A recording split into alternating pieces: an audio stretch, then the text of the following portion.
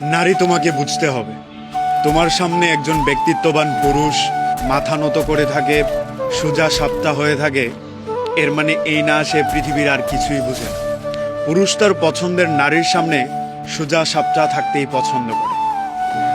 সে তার পছন্দের নারীর থেকে শাসন আশা করে। সে চায় তার পছন্দের নারী তাকে রাগ দেখাক, তার সাথে হালকা ঝগড়া করে। তার মানে যদি তুমি এইটা বুঝো পুরুষ তোমার হাতের মুঠোয়, তাহলে তুমি তাকে এক মুঠো যত্ন দিয়ে আগলে রাখো। কারণ পুরুষ মানুষ নারীর কাছে শুধুমাত্র যত্নেই আগলে থাকে, অন্যথায় পুরুষকে তুমি ছেড়ে দাও। পুরুষ তার পছন্দের নারী থেকে সবকিছু প্রত্যাশা করলেও ধোঁকা আর অসম্মান কখনোই মেনে নিতে পারে না।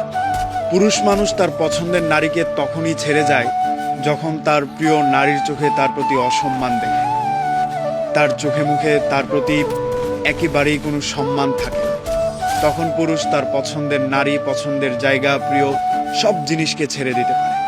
তাই বলছি, তোমার পুরুষ তোমার সামনে নত হয়ে থাকে, হাবলা গুবলা হয়ে থাকে, তার মানে এই না সে পৃথিবীর অন্য কিছুই বুঝে না, সে পৃথিবীর কোনো কিছু সম্পর্কে অবগত না।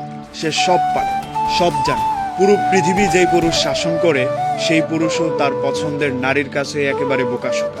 সে ভাবে তার পছন্দের পুরুষ পৃথিবীর কিছুই বুঝে না। আসলে সেই পুরুষ তোমার কাছে নত হয়ে থাকতে, তোমার কাছ থেকে হালকা শাসন, তোমার হালকা বারণ, এগুলো সে পছন্দ করে। সে ততক্ষণই তোমার আপন যতক্ষণ তুমি তাকে সম্মান করছো, যত্ন করে আগলে রাখছো। যখন থেকে তোমার চোখ থেকে তার প্রতি সম্মান উঠে যাবে, যখন তুমি তাকে অশ্রদ্ধা করা শুরু করবে, তখন তুমি আর তাকে কোনো কিছু দিয়েই আগলে রাখতে পারবে না।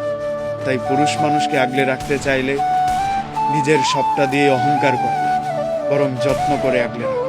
পুরুষ সারা জীবন তোমার হয়ে থেকে যাবে।